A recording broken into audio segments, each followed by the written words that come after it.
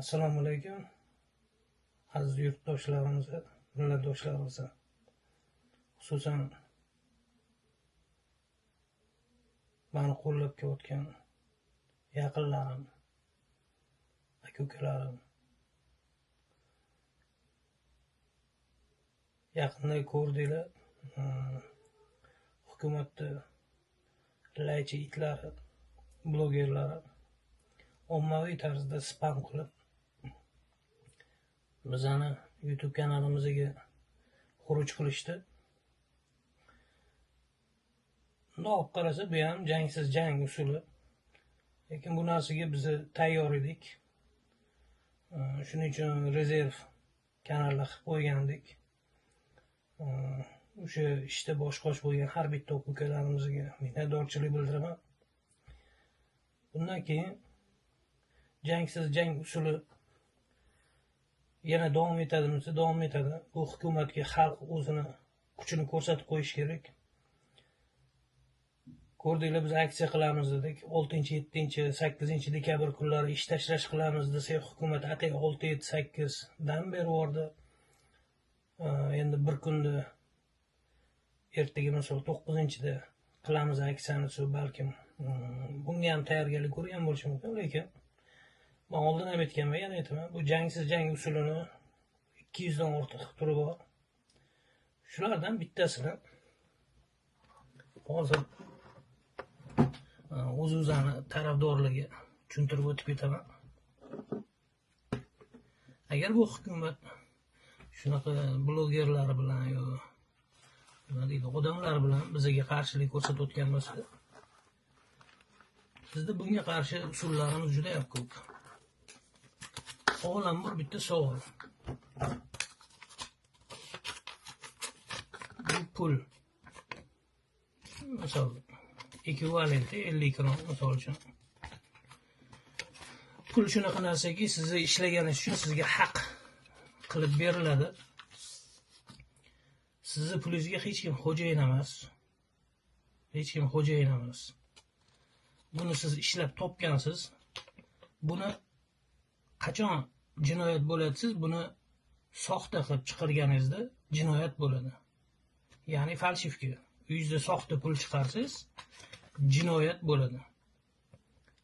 Buni lekin soxtalashtirmasangiz bu jinoyat kirmaydi. Bu sizni pulingiz, xohlasangiz olasiz, kimgadir sadaqa, xayr-ehson qilasiz. Chunki buni ishlab topgansiz. Xohlasangiz uyingizda bankaga solib qo'yasiz. Xohlasangiz yirtasizda tashlab yuborasiz. Bu sizni haqqingiz, sizni pulingiz, sizni qo'lingizdagi pulingiz.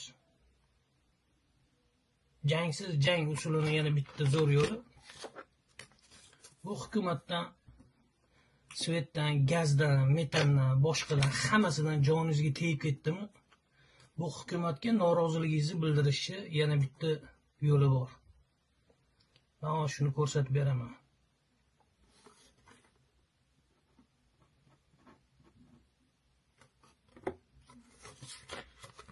Har bitta inson O'zbekistonda mana qo'lidan kelgancha pulingizni olasiz, bir chekkasiga kichkina qilib mana shu yozuvni yozasiz.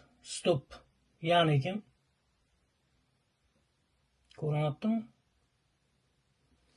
Stop. Ya'ni kim? To'xta ma'nosini bildiradi. Chet elda bu narsani qilish juda ham qiyin, sababi cash, ya'ni naqd pul kam aylanadi, lekin O'zbekistonda bu juda bir muomaladagi juda ko'p aylanadigan narsa. Shuning uchun maslahatim, har bitta inson agar haqiqatda shu hukumatda olib borayotgan siyosatidan, buni repressiv mexanizmidan, soqolga reyd, ro'mollarga reyd, qarindosh uruvchilik, nepotizm, korrupsiya, bu svet, gaz, undan tashqari ani chiqib olgan har xil propagandon blogerlari agar joningizga tegib ketgan bo'lsa, men sizga ko'chaga chiqib miting qiling demayapman. Mustaqillik maydoniga yig'iling demayapman. Chiqib video murojaat qilib o'zingizni hayotingizni xavfga qo'ying demayapman. Men ko'rsatgan usulda oddiy pulingiz, o'zingizni pulingiz, ishlab topgan pulingiz muomalada eng tez aylanadigan odamlarning orasidagi bu vosita xolos. Mana shu vositaga ruchkani olasiz, kichkinagina qilib stop deb yozasizda, to'xta ma'nosini bildiradi. Mana shuni qilib tarqataveramiz. Xohlasa, xohlamasa, ertaning kimni qo'liga bu pul tushsa, shunda qaraydigan bo'ladi. O'sha siz bilan bizni tepamizda o'tirib olgan o'sha hukumatda odamlar ham mana shu mulla jiringga qo'liga oladi.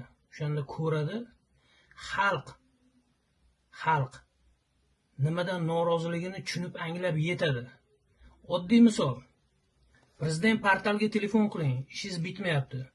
Prokuraturaga borasiz, ishingiz ijobiy bitmayapti. Militsiyaga umuman olib borib sizni urib o'ldirib yuboryapti. Bunaqa payt nima qilinadi desa, bunaqa payt eng effektiv metodlardan bittasi, ya'ni eng ko'p aylanadigan muomaladagi narsa, ya'ni pul. Shu pullarga to'xta belgisini qo'yish. Xohlasa, xohlamasa banklardan aylanadi, oldi berdi muomalada aylanadi. Xohlasangiz, xohlamasangiz o'sha hukumatda odamlar ham shu bolasiga pul beradi, boshqa qiladi, bozor qiladi, ana o'sha paytda qo'liga shunday olganda shunday ko'radi-da, undan oldin bizani videoyimizni ko'radi. Ana undan